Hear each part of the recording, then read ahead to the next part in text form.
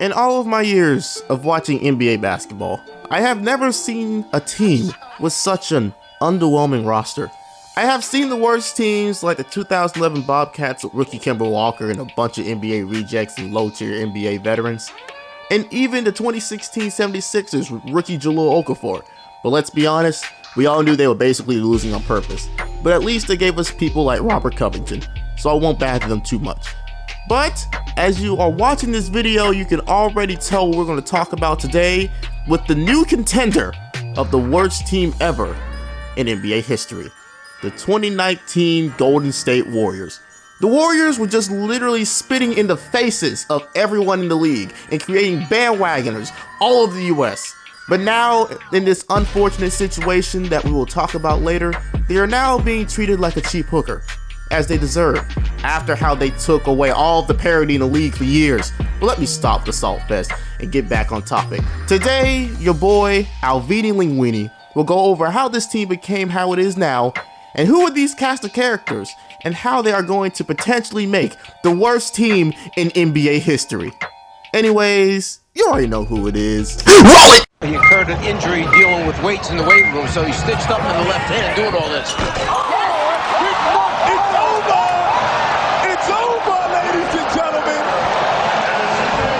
So you want to know how this team came to be? Well, to keep things short, Klay Thompson suffered an ACL injury in the finals of last season by Danny Green attempting to do his LeBron impersonation. Curry got his hand injured in the first couple games in the season and is now out for the whole season. And as we all know, Kevin Durant left for greener pastures to team up with the team leader, Kyrie Irving in Brooklyn. And D'Angelo Russell is basically in and out of the rotation due to injuries himself. The only person who remains is the lesser player out of all the main guys, Draymond, Donkey from Shrek, Green, who is now being tested to see if he's an actual good quality NBA player, or is just a good system player with Steph Clay and Steve Kerr. Well, he ain't doing so hot now, but he still remains a jack of all trades. He even almost started a game at point guard. Jesus, this roster must have been trash if Draymond could have started at point guard. But anyway, let's just get to the rest of the people that makes the Golden State Warriors. Also, just for fun, put in the comments if you ever even heard of any of these people that I'm about to talk about. Glenn Robinson III was signed this summer to fill in the small forward depth as Andre Iguodala was given the boot to Memphis. This is his 5th NBA team in 6 seasons, so I'm sure he is trying to find a real place to stay in, and this could be that place if he proves that he is good for the franchise this year. He is the son of Glenn Robinson Jr., who played in the 90s and was a good 18 to 20 point per game scorer. Does the son have much ability that he has? Well, now that he is getting some good minutes for the first time in his career, this might be his ticket to becoming just like his dad, as he is averaging 12 points from 55% from the field. Otherwise, he'll just be a journeyman and be known for winning a dunk contest. And believe me, no one wants to be only known for winning a dunk contest. Kai Bowman is an undrafted rookie from Boston College who averaged 17 points, 7 rebounds at 6'1", and 4 assists a game in his senior year. After becoming undrafted in last year's draft, he was signed to the Warriors Summer League team, and even though he only averaged 3 points a game during the whole thing, he was able to secure a 2-way contract from the Warriors. And due to that, and Steph Curry and D-Lo being injured, he secured the starting point guard spot also. But since he is a 2-way player, he can only stay in the NBA for 45 days, and he's already played 18 games. So he's going to have to show out to get a new contract with another team or from the Golden State Warriors again. He is doing pretty decently right now with his 9 points a game in 21 minutes, so let's hope he improves to jumpstart his NBA career. Also, while doing research on him, apparently his older brother, who had a whole football scholarship to South Carolina, stole Apple products from an elementary school and lost it because of that. Yeah, let's move on.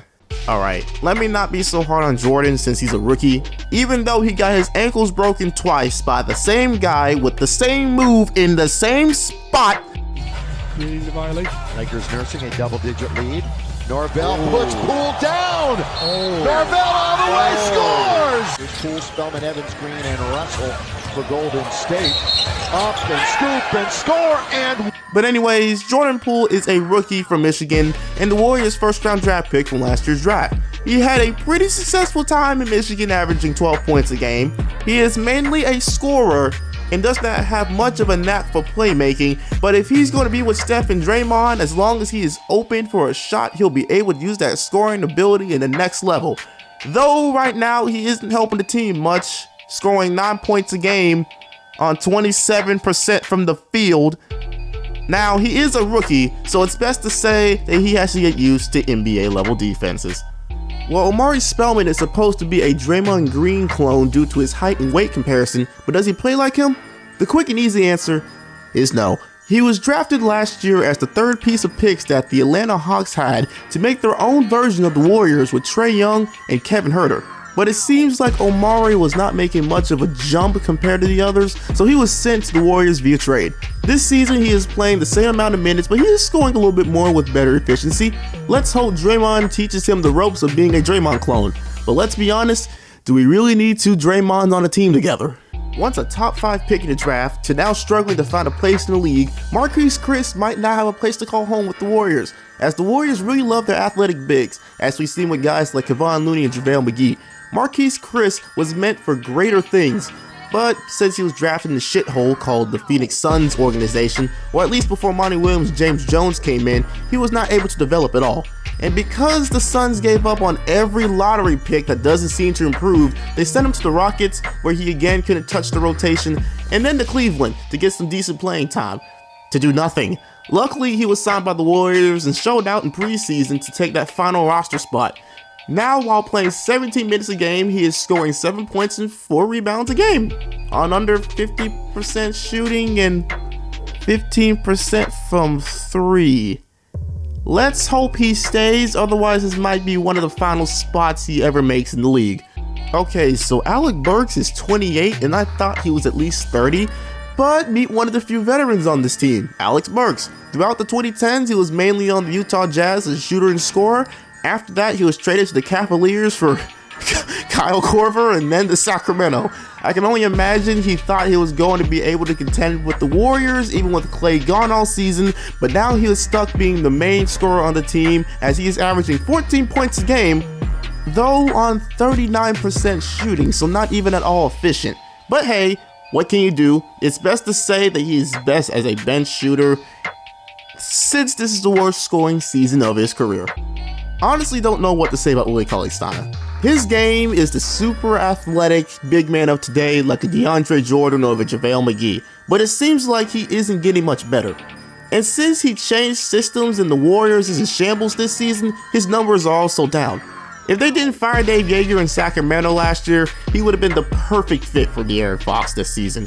But since he's gone and went to a different team, he's going to have to be a good fit with Steph and Draymond with being a lob threat. But I guess now he's just going to have to wait till next year to be of any major impact.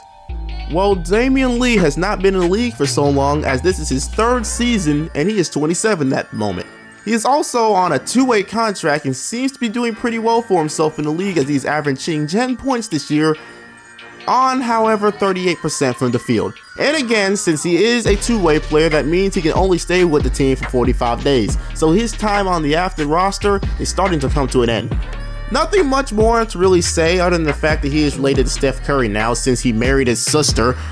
I honestly want to know how that happens, but let's just go to the next player. Eric Pascal is truly the only bright spot on this team right now. He has that Villanova winning pedigree in him, as he won 2 national championships with the team with other NBA teammates like Jalen Brunson, Josh Hart, Dante DiVincenzo, and a couple of more. His transition to the NBA was definitely a surprising one, as he brought in more of an offensive Draymond clone type of skill set. But with the opportunity of basically leading a team, since Steph, Clay, D'Lo, and Draymond are all out for big chunks of the season, he has taken the opportunity to lead the team in scoring, with 17 points right now from 51% from the field, which is the best out of anyone on this whole entire team. He has already had 5 games of 20 points or more and 2 30-point games. He has started to cool down a little bit, but we all see that the potential is there. We will see as the season heats up and see what his role will be when the whole team comes back next season. I'm gonna be real with y'all. I don't know who Jacob Evans is, and he's only played 3 games as the time this video's been out, nor have I watched him play yet. So I'm gonna use a skip card and go to the last player. Kevon Looney has literally played only 1 game this season because of injury, but I'm not going to use a skip card again. Kevon Looney is a great hustles and athletic center. He's a great role player that grew into what he is now because of the Warriors system. When he comes back, let's hope he can find a way to stay effective without Steph Curry, as most of the team relies on what he brings to the game and his gravity. And Kevon Looney is the same, as he's a great lob threat similar to what James Harden and Clint Capella does in a pick and roll or on cuts. Plus that, and Draymond Green likes to throw lobs to him too.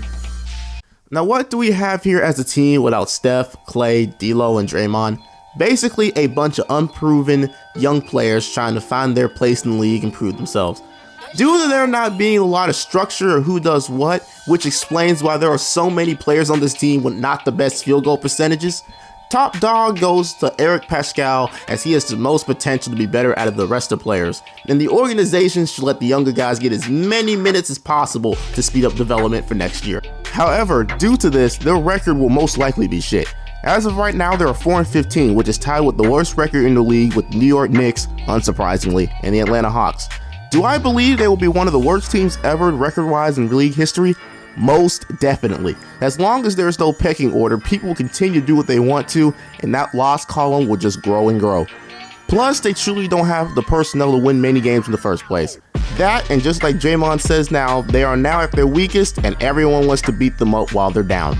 I know I would after how they fucked up the league for 3 seasons, but let's be honest, we all saw this coming. They gave their best players big contracts with no money left over to make a decent bench. And what do you know, after 4 injuries later, we basically have a G League team in the NBA. I kind of hope they actually achieve this feat so in the future we can all remember how the Warriors went from the top of the world to the bottom in 3 seasons. But we all know they'll be back next season if everyone heals up correctly. But anyways, thank you for watching this video, and I hope you enjoyed. Exams week is next week, so after that I should be able to live stream and make more than just 1 video every 1 or 2 weeks until I go back in. So if you have any requests, make sure to use that comment section to your advantage. New people, I did not forget about you. Why not consider subscribing for more basketball content? Also, thank you for 100 subscribers. Well, at this point, I think it's 105. I definitely did not forget about that. Y'all helped me get to this point, and I will continue to grow because of your support. So continue to, I'm gonna have to say it for once, hit that like button and comment about what you think about the videos. But anyways, this is your boy, Alvini Linguine, saying peace.